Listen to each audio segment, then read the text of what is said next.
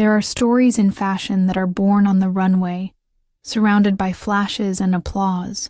But there are others, perhaps even more powerful, that begin in silence, in the pain of rejection, and in the solitary sketch of someone daring to dream differently. This is the story of Helena Duarte, a young fashion designer who believed that fashion wasn't just about trends, but an expression of the soul. In a world where copying feels safe and boldness is risky, her sketch was deemed too strange for the market. What no one knew was that this rejected drawing was destined to cross borders and become a global icon. Helena had always had a different style. While others sketched predictable cuts, she preferred to play with proportions, unlikely textures, and silhouettes that told a story. That's how the sketch she named Metamorphosis was born. A flowing dress with asymmetrical sleeves, raw fabric, and a bold layering that resembled wings ready to open. She submitted it to a national contest for new talents, believing it was her moment. But as soon as the judges saw the design, the subtle smiles and exchanged glances began. "This looks like an art school costume. No one would wear that at Fashion Week," one judge said, adjusting his glasses. The realization hit like a blade.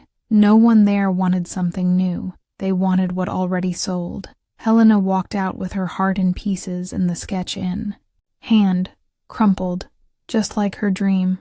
After that night, Helena didn't draw for weeks. Her pencil, once an extension of herself, now felt heavy. Unmotivated, she took a job as an assistant seamstress at a small neighborhood shop. She hemmed pants, altered party dresses, and embroidered names onto school uniforms. The sketch, hidden at the bottom of a shoebox, along with other rejected drafts. Sometimes at night, she'd take it out just to remember why she started, but she always put it back, almost ashamed for having once believed it could change anything. One rainy morning, a woman walked into the shop where Helena worked. She wore dark sunglasses, wet boots, and was looking for a simple dress for a trip. She wandered through the aisles distractedly until something in the back of the store caught her eye, a forgotten drawing taped to the bulletin board.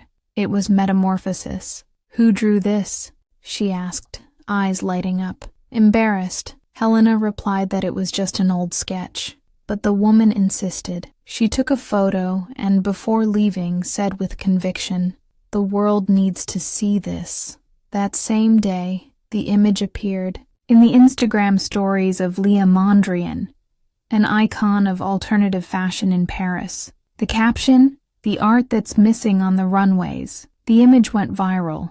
Within 48 hours, the sketch was being shared by independent designers, digital magazines, and even renowned fashion houses, all asking, "Who's the creator?" The answer came when Leah tagged Helena in a new post. Suddenly, Helena was receiving messages from international brands, interview requests, and, most incredibly, an offer to showcase her own collection at Paris Fashion Week. Helena brought her sketch back to life. She made it not just a piece, but the centerpiece of a collection that told her story of rejection, resilience, and rebirth.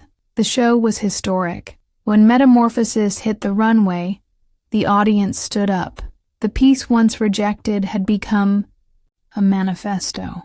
Helena stepped onto the stage, eyes filled with tears, and said firmly, "Not every no is the end. Sometimes it's just the world saying, 'I'm not ready for you yet.'"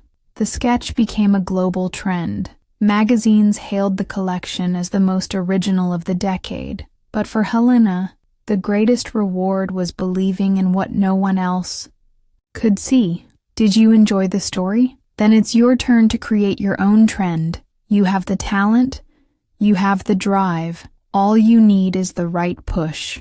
Download my fashion CROQUIS posing ebook now and start turning your ideas into professional art today. It was made especially for those who want to break out of the ordinary and build a unique identity in fashion illustration, because sometimes what the world needs most is exactly what no one has dared to show yet.